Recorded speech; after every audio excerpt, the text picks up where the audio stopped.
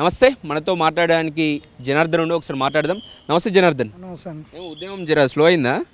Slow ఏం లేదన్న, ఎప్పుడు ఒకే తిరగబోదు కదా, మన హార్ట్ బీట్ కూడా ఒకే తిరగపోతే పోయినట్టే. ఎప్పుడు కూడా ఉద్యమంలో ఎత్తుపల్లాలు అనేటివి ఉంటూనే ఉంటాయి. మేము వాళ్ళకు మొన్నటి వరకు కలిసినాం, సామరస్యంగా చెప్పినాం. కాంగ్రెస్ వాళ్ళకు ఇవ్వలేదు ఉద్యోగాలు ఇవ్వనటువంటి నీ పార్టీ ఉద్యోగాలు ఇవ్వకపోవడం వల్ల ఇప్పటికీ సంవత్సరంలో 6 మంది చచ్చిర్రు. 18 నెలల కాదు, 6 మంది చచ్చిర్రు. 6 మంది నిరుద్యోగాల ఉసురుదలికి కాంగ్రెస్ పార్టీ పోతుంది, కొట్టుకొని పోతుంది, ఈ ఉసురుదలికి నాశనం అయిపోతుందని చెప్పినాం. మొన్న మందల సామాయిలన్నకు కూడా గాంధీ భవన్లో చెప్పినాం. అయినా వీళ్ళకు సిగ్గు రావట్లే, ఏది రావట్లే. అసెంబ్లీలో మాట ఎత్తలేదు. వీళ్ళకి ఎంతసేపటికి కూలిపోయిన కాళేశ్వరం అని ఇంకొకటని మాట్లాడరు, వద్దనట్లేం. మన నిరుద్యోగ అంశాల గురించి ఎందుకు మాట్లాడరు? ఈ మాట్లాడినటువంటి కాంగ్రెస్ వాళ్ళను త్వరలోనే కథం పట్టేయడానికి నిరుద్యోగులుగా అన్ని ఊర్లు తిరగబోతున్నాం. వీళ్ళను ఇప్పుడు ఈ ఊరియా లేకుండా పొలాలు ఎర్రబారిపోతున్నాయి కదా, అదే కరిగట్లలో ఈ కాంగ్రెస్ను తొక్కి నాశనం చేస్తాం కాంగ్రెస్ అని కూడా చెప్తున్నాం. కరిగట్లలో కాంగ్రెస్ కథం కాబోతుంది. యాసంగి కరిగట్లలో వరకు కాంగ్రెస్ కనిపించదు. అప్పటి వరకు స్థానిక సంస్థలు సర్పంచ్, ఎంపీటీసీ, మున్సిపాలిటీ ఎలక్షన్లు అయిపోతాయి కదా, ఈ మున్సిపాలిటీ వరకు ఆ కరగట్లలో కాంగ్రెస్ మురిగిపోవాల్సిందే, కాంగ్రెస్ను కథం పట్టేయాల్సిందే, నిరుద్యోగులు ఏకం కావాల్సిందే. చూస్తూ ఉంటే మీరు కలవని నాయకులు లేరు. ప్రతి కాంగ్రెస్ నాయకులు కలుస్తున్నారు, బీజేపీ వాళ్ళని కలుస్తున్నారు, ఇటు బీఆర్ఎస్ వాళ్ళని కలుస్తూ ఉన్నారు. కానీ ఎవరు కూడా ఇక్కడ కాంగ్రెస్ వాళ్ళని అయితే పదే కలుస్తూ ఉన్నారు. కానీ పెద్ద రెస్పాన్స్ ఏం కనిపిస్తలేదు. అందరూ ప్రతిపక్షాలు పక్క పెట్టేసి అధికార పక్షం పక్క పెట్టేసింది. ఇష్యూ గురించి కూడా పెద్ద లేవనెత్తలేరు. దీన్ని ఎలా చూస్తారు మీరు? అంతే, వీళ్ళకందరికీ ఏంటంటే ఇక వాళ్ళకు చేసుకున్నటువంటి తప్పులు ఒప్పుల గురించి, దీని గురించి, ప్రజా సమస్యల గురించి మాట్లాడకుండా ఉండడానికి, సమస్యలను పక్కదోవ పట్టేయడానికే చేస్తుంది. నిరుద్యోగ సమస్య కాదా? ఇలా యూరియా సమస్య ఎంత పెద్ద సమస్య, నిరుద్యోగ సమస్య అంతే. ఇలా అవును యూరియా వేసిర్రు, మమ్మల్ని పొలం మంతది, పొలం మంతే ఇన్ని పైసలు వస్తాయి అంతే. కానీ ఇప్పుడు వచ్చే పైసలు ఎవరికి పంపించాలి? మాకు పంపించాల్సిందే. నిరుద్యోగులకు ఇక్కడ చదువుకునేటానికే ఇలా మాకు ఉద్యోగం వస్తే ఇలా మా తల్లిదండ్రులకు మేము పంపించుకుంటాం కదా.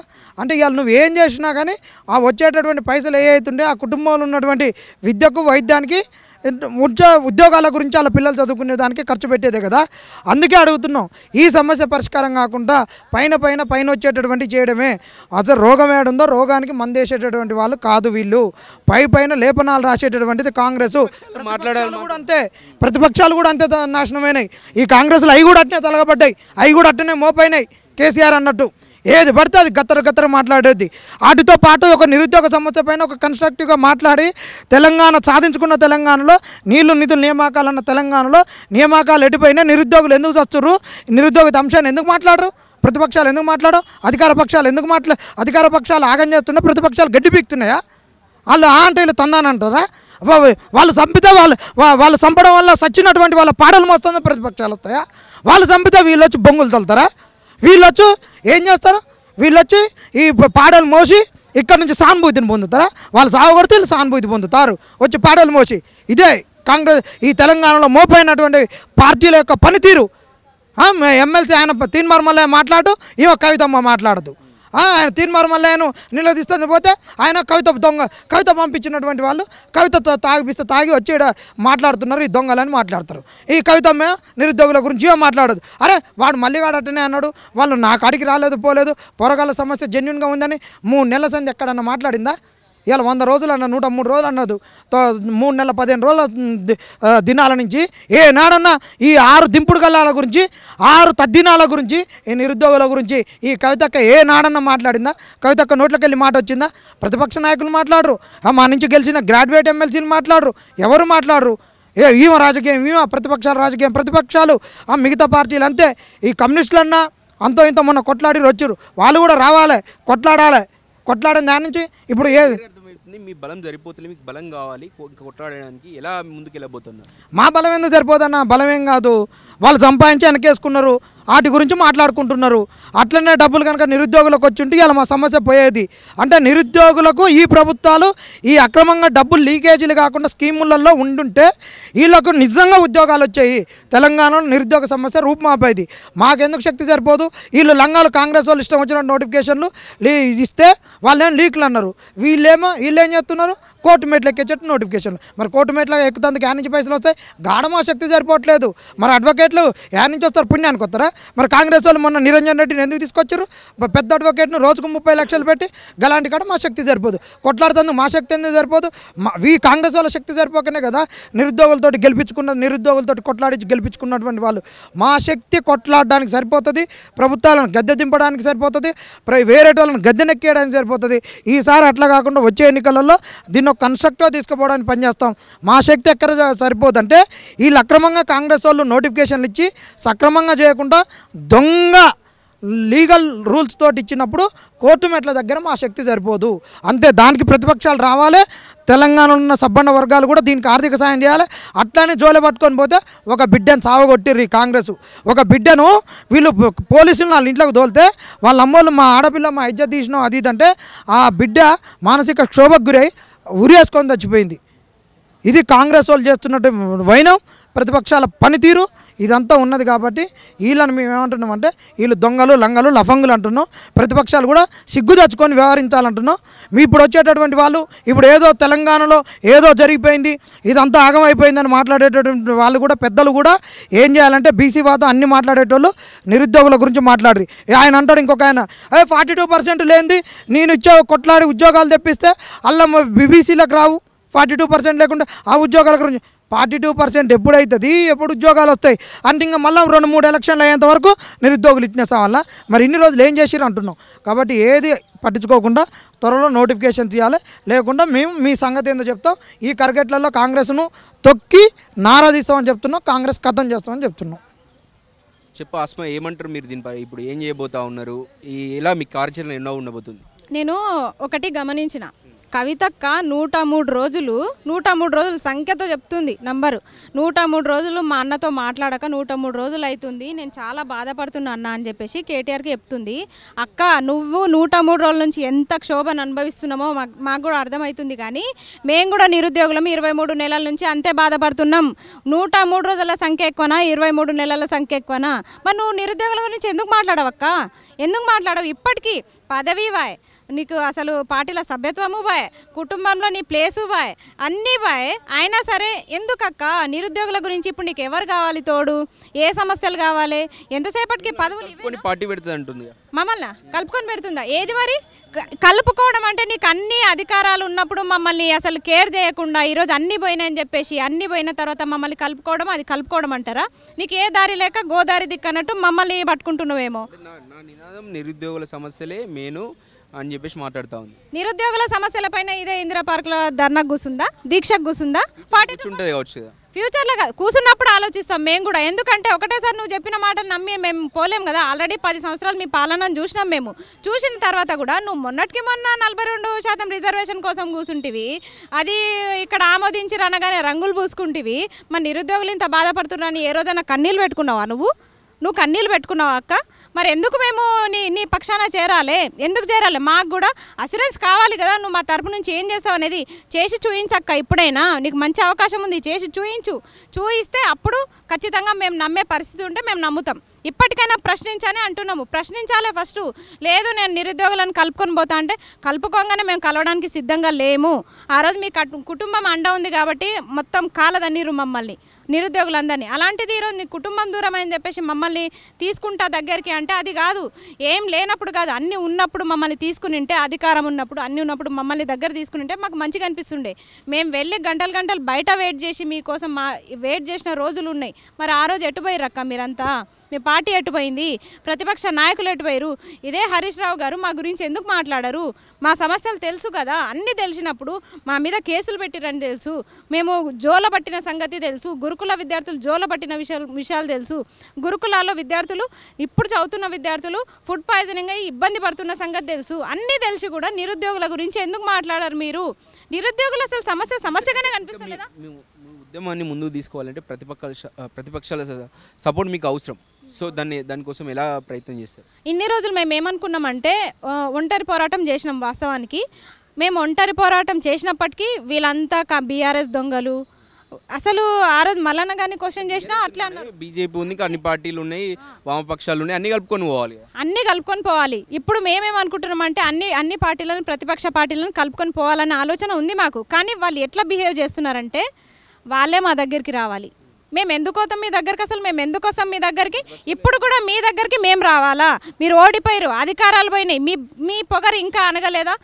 అసలు ప్రతిపక్ష లీడర్లు మీరు ఇప్పటికీ గుర్తుపెట్టుకోండి, మేము మీ దగ్గరకు వచ్చుడు కాదు, ఈ పోటీలు పెట్టకండి. మీరు ఎప్పుడైతే నిజంగా నిరుద్యోగులకు న్యాయం చేయాలనుకుంటారో ఖచ్చితంగా మమ్మల్ని సంప్రదించండి, మా దగ్గరకు వచ్చి మాట్లాడండి. మా దగ్గర కంటే 5-10 మంది దగ్గర కాదు, ఇదే అశోక్ నగర్ రండి, అదే ఉస్మాన్ యూనివర్సిటీ రండి, దిల్సుఖ్ నగర్కి రండి. ఎక్కడ నిరుద్యోగులు చదువుకుంటారో, ఎక్కడ నిరుద్యోగులు డే అండ్ నైట్ కూర్చొని కష్టపడతారో అట్లాంటి ప్లేస్కి వచ్చి నిరుద్యోగులతో మాట్లాడండి, చర్చలు జరపండి. సరే, అధికార పక్షం అంటే వాళ్ళకు కొన్ని అడ్డంకులు ఉంటాయి, వాళ్ళు రాలేదని అనుకోవచ్చు, వాళ్ళు రాలేదని అనుకోవచ్చు. ప్రతిపక్ష వాళ్ళకి ఏం రోగం అండి? ఏం రోగం? నిరుద్యోగులు ఎందుకు సంప్రదిస్తలేరు? ఎంతసేపటికి మేము కూడా రాహుల్ గాంధీ రావాలి, రేవంత్ రెడ్డి గారు రావాలి అశోక్ నగర్ అని అడుగుతున్నాం. కానీ అసలు మిగతా ప్రతిపక్ష లీడర్స్ ఎందుకు రావట్లేదు అశోక్ నగర్కి? యూరియా బస్తా దొరుకుతలేదంటే ఆడుకోతారు, రైతు భరోసా వస్తలేదంటే పోతారు, షాది ముబారక్ వస్తలేదంటే పోతారు. మరి నిరుద్యోగులకు ఉద్యోగాలు వస్తలేవు, మీరు ఎందుకు వస్తలేరు? మరి నిరుద్యోగుల దగ్గరికి మీరు ఎందుకు వస్తలేరు? స్టడీ హాల్ దగ్గరికి మీరు ఎందుకు వస్తలేరు? యూనివర్సిటీల దగ్గరికి మీరు, కాలేజీల దగ్గరికి ఎందుకు పోతలేరు? ఒక గురుకుల హాస్టల్ దగ్గరికి ఎందుకు పోతలేరు? ఫుడ్ పాయిజనింగ్ అయిన దగ్గరికి ఎందుకు పోయి మాట్లాడతలేరు? మరి మీ ప్రతిపక్షాలు ఏడబండినాయి, నిద్రపోతుర్రా? ఇప్పటికీ నిద్రపోతుర్రా? 2 సంవత్సరాల పాలన అయిపోయింది ఇక్కడ, ఇంకా 2 సంవత్సరాల తర్వాత మిమ్మల్ని గెలిపించుకోవాలంటే మాకు ఏం అసూరెన్స్ ఇస్తారు? మీరు ఏ భరోసా ఇస్తారు? గిన్ని మేనిఫెస్టోలు పెట్టి మాకు ఒక భరోసా ఇచ్చిన కాంగ్రెస్ పార్టీ మోసం చేసింది. మీరు ఏమి ఇవ్వకుండా ఇప్పటికీ నిన్న డిబేట్లో కూడా బీఆర్ఎస్కి చెందిన క్యాండిడేట్ ఎట్లా మాట్లాడుతుందంటే, మీరు ఇట్లా చేస్తారు కదా, మాకు తెలుసు, మేము వచ్చినాక అధికారంలోకి వచ్చిన తర్వాత చెప్తామంటారు. అంటే ఇప్పటికీ మా మీద కక్ష సాధింపే ఉంది నిరుద్యోగుల పైన. అంటే 10 సంవత్సరాలు మేము పాలించినాం, మమ్మల్ని ఓడగొట్టిరు మీరు అని చెప్పేసి ఇంకా కక్ష సాధింపు చర్యలు చేస్తున్నారా మా పైన? మీకు నిజంగా మాకు నిరుద్యోగులకు న్యాయం చేయాలనుకుంటే ఎక్కడ నిరుద్యోగులు ఉంటారో అక్కడికి రండి. రాకపోతే మేమే వచ్చి మాట్లాడాలంటే మాత్రం మేము రాము, నిరుద్యోగులం రాము. మేము ఒక్కరమిద్దరం కాదు, లక్షల్లో ఉన్నాం మేము. మీరు వస్తే మా దగ్గరకు వచ్చి, మా స్టడీ హాల్స్ దగ్గరికి, మేముండే ఏరియాకి వచ్చి మాట్లాడండి, బరాబర్ మాట్లాడతాం, మిమ్మల్ని కలుపుకొని పోతాం. అప్పుడు కవితక్కగానే అదే చెప్తున్నాను నేను, అక్క నువ్వు అక్కడ నీ ఇంట్లో కూర్చొని మాట్లాడడం కదక్క, అశోక్ నగర్కి రా, ఉస్మాన్ యూనివర్సిటీకి రా, దిల్సుఖ్ నగర్కి రా, పబ్లిక్లో కూర్చొని మాట్లాడదాం. రాహుల్ గాంధీ వచ్చి మాట్లాడలేదా? నువ్వు కూడా రా అక్క. అట్లే బీజేపీ వాళ్ళు కూడా రండి. ఎందుకు వస్తలేరు మీరు ప్రతిపక్షాలు? కాంగ్రెస్ వాళ్ళనే రండి అని మనం ఎందుకు అడగాలి? ఫస్ట్ వాళ్ళు రాని, ప్రతిపక్షాలు వచ్చి తప్పైంది, మేము మీకు అసలు ఏం చేయలేకపోయినాం, అందుకే మీరు ఈరోజు బాధపడుతురు, ఈ తప్పు మళ్ళీ జరగదు, తిరిగి చేయమని భరోసా కల్పించండి. అప్పుడు మీతోనే కలిసి మేము ఈ ప్రభుత్వాన్ని గద్దె దింపే ప్రయత్నాలు చేస్తాం. చెప్పండి మీరే. అన్న, మేము నిరుద్యోగులం ఈ రాష్ట్ర ప్రభుత్వాన్ని తీసుకొచ్చినాం. గత ప్రభుత్వం దాదాపు ఒక నోటిఫికేషన్లో 2 సంవత్సరాలు పెండింగ్ ఉంచి నియామక పత్రాలు కూడా ఇయ్యలేని పరిస్థితిలో ఉంటే ఆ ప్రభుత్వాన్ని గద్దెదించి ఈ ప్రభుత్వాన్ని మేము ఎంచుకున్నాం. వీళ్ళు వచ్చిన తర్వాత ఆ నియామక పత్రాలు ఇచ్చిర్రు, అంటే మేమే ఇచ్చుకున్నాం తప్ప ఏం లేదు. అనే విధంగా రేవంత్ రెడ్డి గారు ఏం మాట్లాడుతూ ఉన్నారు, ఉద్యోగాలు ఇవ్వద్దు అని చెప్పేసి అయిపోయింది, లెక్క అయిపోయింది. ఒకటే కొట్లాడడం మిగిలింది, కొట్లాడండి. మీరు కొట్లాడితే మేము ఒక నిందేస్తూ ఉన్నారు. సరే పక్క పెడితే మీరు కొట్లాడి ఇంకా ఫ్యూచర్లో ఎట్లా కొట్లాడబోతున్నారు? ఇప్పుడు రాబోయే స్థానిక సంస్థల ఎన్నికలు ముంగళ దృష్టిలో పెట్టుకొని ఈ కాంగ్రెస్ ప్రభుత్వానికి ఒకటే హెచ్చరిస్తా ఉన్నామన్న, మేము కనుక రేపు ప్రతి ఊర్లలో చైతన్యం చేస్తాము. ఇంకా మీది 2 సంవత్సరాలు పోటీ చేస్తున్నారు, జడ్పీటీసీలో పోటీ చేసే అవకాశం ఉందా నిరుద్యోగులు? పక్కా బరాబర్. ఇప్పుడు అశోక్ నగర్ నుంచి పోయి ఉంటే అక్కడ ఖాళీగా ఇంటి దగ్గర ఏమైనా ఖాళీగా కూర్చోటే వాళ్ళు ఇదే ప్రక్షాళన చేస్తారు. ఎందుకంటే చూసి వీళ్ళకి ఏ విధంగా ఎప్పటికప్పుడు పోతే బాగుండదని చెప్పేసి ఇప్పటి నుంచి పెట్టుకుర్రు. దీని ద్వారా చెప్తారా మీరు ఎక్కడికక్కడ వెళ్ళి ప్రతి జిల్లాకి వెళ్ళి మీరు కంపల్సరీ మీ ఊళ్ళే నిరుద్యోగుల తరపున మీరు నామినేషన్ చేయాలని చెప్పే అవకాశం ఉంది? బరాబర్ చెప్తామన్నా. ఎందుకంటే రేపు 28లో ఈ ప్రభుత్వాన్ని ఓడగొట్టాలంటే రేపు స్థానిక సంస్థలో మేము ఎమ్మెల్యేలను గ్రామ స్థాయిలో తిరగనీయకుండా ఉండాలంటే అక్కడ సర్పంచ్ మా క్యాండిడేట్ అయి ఉండాలి, ఎంపీటీసీ మా క్యాండిడేట్ అయి ఉండాలి, జెడ్పీటీసీ మా క్యాండిడేట్లు ఉన్నాయి. మేము గెలిపించుకున్నప్పుడు వీళ్ళు 2 సంవత్సరాలు 3 సంవత్సరాలు చేస్తారేమో పరిపాలన. ఆ 3 సంవత్సరాల్లో కూడా ఎమ్మెల్యేలు రావాలంటే ఆ గ్రామానికి సంబంధించి సర్పంచ్ కానీ ఎంపీటీసీ కానీ జెడ్పీటీసీ కానీ పర్మిషన్ తీసుకొని రావాలి.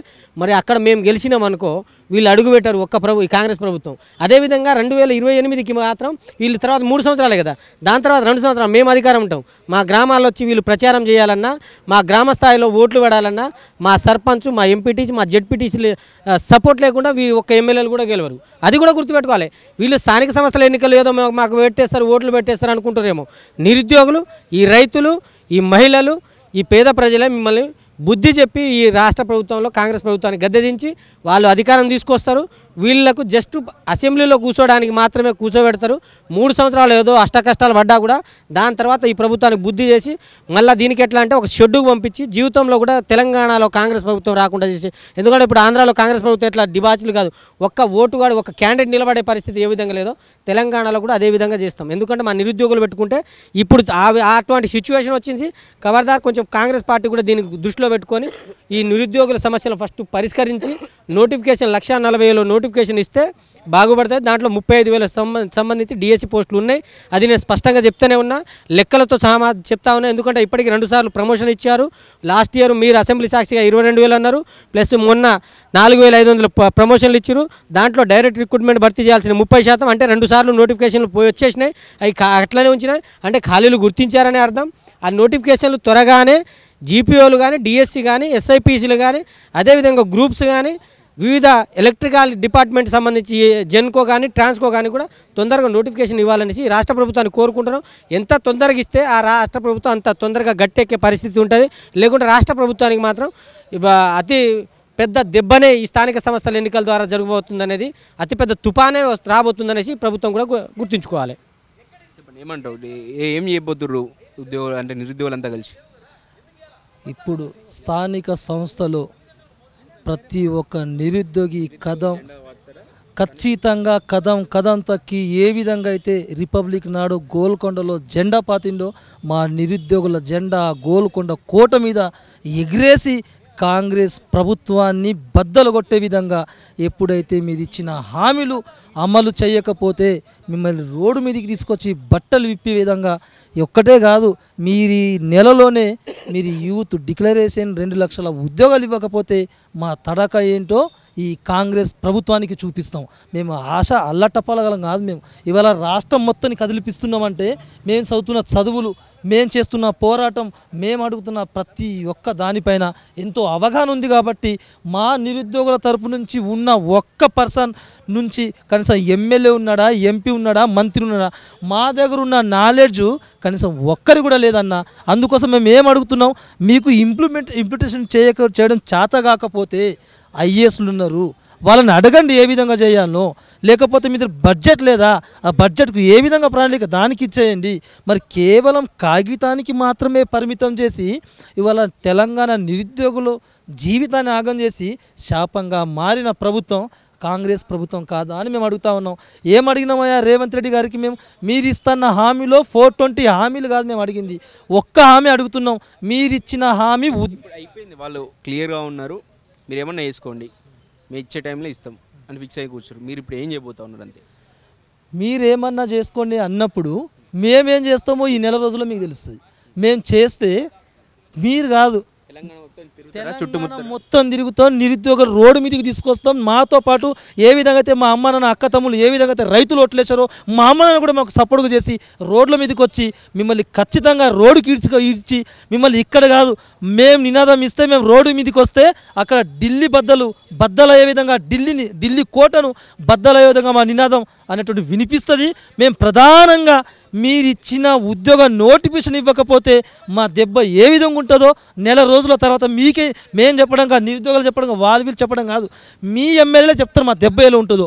మీ ప్రభుత్వానికి తెలుస్తుంది. ఎందుకంటే మేము చిన్న రామచిలుక జ్యోతిషం చెప్తలేము. ఆ జ్యోతిషం ప్రతిఫలం ఏ విధంగా ఉంటుందో రాబోయే రోజు కనీసం ఒక నెల రోజులు ఆగండి, ఎట్లుంటుందో మా దెబ్బ మీకు చూపిస్తాం. ఏదో మాకు అల్లా టప్పగా లేకపోతే ఆషామాషిగా మీరు ఏం చేస్తారు నిరుద్యోగులు అని చెప్తున్నారు కదా, ఒక్క నెల రోజులు ఓపిక పట్టన్నా. ఎందుకంత ఏం పోతుంది, ఎందుకంత తొందర ఎందుకు?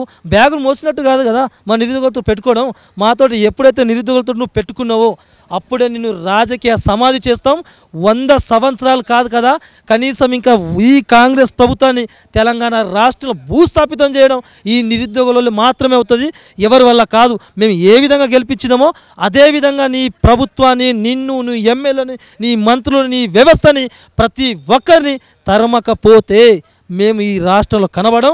మీరు ఇస్తున్న ఉద్యోగాలు మీ ఈ ఇచ్చిన డేట్లో ఇవ్వకపోతే మా తడాకైనా చూపిస్తామన్నా మీకు ఖచ్చితంగా పిలుస్తాం, మీరే ఇచ్చేస్తారు. ఎందుకంటే అనుకుంటున్నారు రేవంత్ రెడ్డి వీళ్ళ వల్ల ఏమవుతుంది, ఎందుకంటే పేడ్ బ్యాచ్ ఎవరెవరో పేడ్ బ్యాచ్ ఎవరెవరో తీసుకుంటే మాకేం సంబంధం.